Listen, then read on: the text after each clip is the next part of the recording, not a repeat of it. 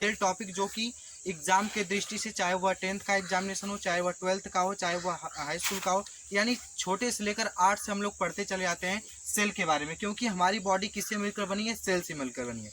बहुत सारे सेल्स मिलते हैं तो टिश्यूज़ का निर्माण करते हैं, और कई सारे टिश्यूज़ मिलकर क्या बनाते हैं? ऑर्गन का निर्माण करते हैं, और बहुत सारे ऑर्गन मिलकर ऑर्गन सिस्टम का निर्माण करते हैं, और बहुत सारे ऑर्गन सिस्टम मिलकर एक बॉडी का निर्माण करते हैं।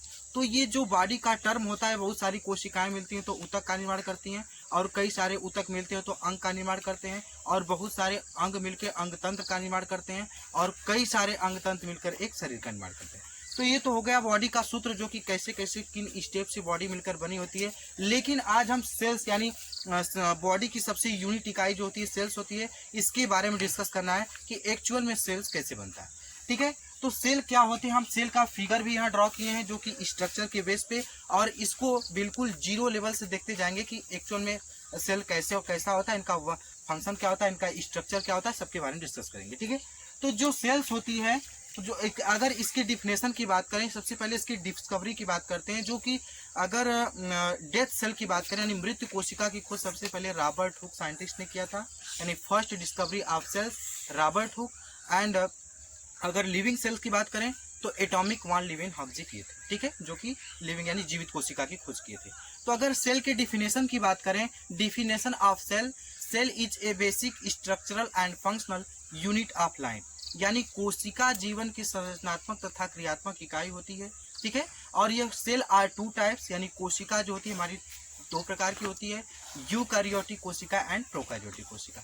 यूकैरियोटिक कोशिका में क्या होता है कि eukaryotic cell is in development of nucleus and prokaryotic cell is in not development of nucleus. ठीक है, तो ये जो कोशिका होती है यानी यूकैरियोटिक कोशिकाओं में केंद्रक उपस्थित होता है, यानी कोशिका झिल्ली पाई जाती है। प्रोकैरियोटिक कोशिकाओं में केंद्रक उपस्थित नहीं होता है, और उसमें क्या होता है कि कोशिका झिल्ली नहीं पाई जाती है। अगर इसके स्ट्रक्चर की बात करते हैं तो जो कोशिका की सबसे बाहरी और यानी आउटर लेयर जो है, इसे बोलते हैं सेल मेम्ब्रेन, या फिर इसे हम प्लाज्मा मेम्ब्रेन के नाम से भी जानते हैं। सेल मेम्ब्रेन या फिर प्लाज्मा मेम्ब्रेन बातें कहिए। ठीक है, फिर उसके बाद क्या करते हैं, इसमें बहुत सारे कंपोनेंट्स आते हैं। अगर कोई पूछता है कि सेल कंपोनेंट्स कौन कौन से होते हैं, तो cell component nucleus, plasma membrane, mitochondria, rough endoplasmic reticulum, smooth endoplasmic reticulum, इतना सेल के जितने बीच में जितने पाए जा रहे हैं ये सब क्या है कि सेल की कंपोनेंट्स हैं। ये सब सारे जितने भी है सेल के कंपोनेंट्स हैं, और ये क्या होते हैं, इनका अलग अलग रोल होता है। इसमें दो झिल्लियां पाए जाते हैं, एक होता है रफ एंडोप्लाज्मिक रेटिकुलम जिसे खुरदुरी अंतःप्रद्रव्यी जालिका कहते हैं, और एक होती है स्मूथ एंडोप्लाज्मिक रेटिकुलम।